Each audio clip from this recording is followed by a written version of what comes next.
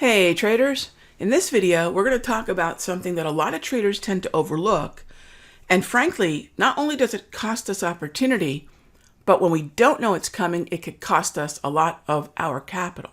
And this is something called a hot zone. So a hot zone is three things. It's a scheduled, high impact, high volatility, high volume, right? So the impact is volume and volatility event. So scheduled, high volume, high volatility event. We find these on the economic calendar. Whether or not you're using Forex Factory, tradingeconomics.com, or say Econoday, or even your favorite earnings calendar during earnings season, these are all scheduled events. In other words, we know they're coming. We know what time they're going to be released, more or less. And again, we know there's going to be an impact.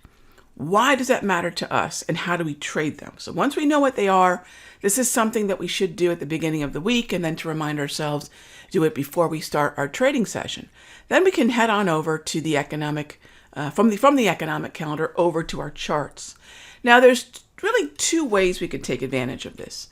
Let's say we have a high impact event coming out and it's going to affect interest rates. So that maybe that means gold or bonds, maybe the dollar, maybe the euro. So we first have to know what is going to be impacted. A lot of times the easiest way to play a hot zone is simply just focus on the S&P, because S&P is going to factor in what's going to happen with rates, how the communication may change if an inflation or jobs number or growth number comes in higher or lower than expected. So again, all scheduled economic events. The easiest way, just focus on probably the broadest view of the most markets, the S&P 500. Can you trade a daily time frame with a hot zone? Well, if you already knew that you want to buy a pullback at, say, this Darvas level right around 3,900, and the hot zone is the reason, the catalyst for that higher degree of movement, that movement to the downside, awesome. Take advantage of that. The hot zone basically expediting that move to a price level that you already knew you wanted to trade. And that's a really important part of a hot zone. You already know where you want to enter, and even more so, you might even have, I like to have this, a preference for which way to trade it. That brings us to another way to look at hot zones, and that is through my hourly price movement ranges, or the HPMRs. HPMRs are perfectly suited to hot zones because it does two things. One, it gives us a look at the volatility and time-based support and resistance zones of really any symbol that you want to pull this up on, pretty much. We have roughly 70 different symbols that we track with HPMRs, and that gives us plenty of choice, right? And so we have a time and volatility-based intraday tool that gives us an idea of where support and resistance for that hour will be. And the other thing it does is when volatility around a hot zone exceeds the normal historical volatility, in other words, we're moving in a way that the market typically doesn't. And that's a warning. That's something we want to be aware of.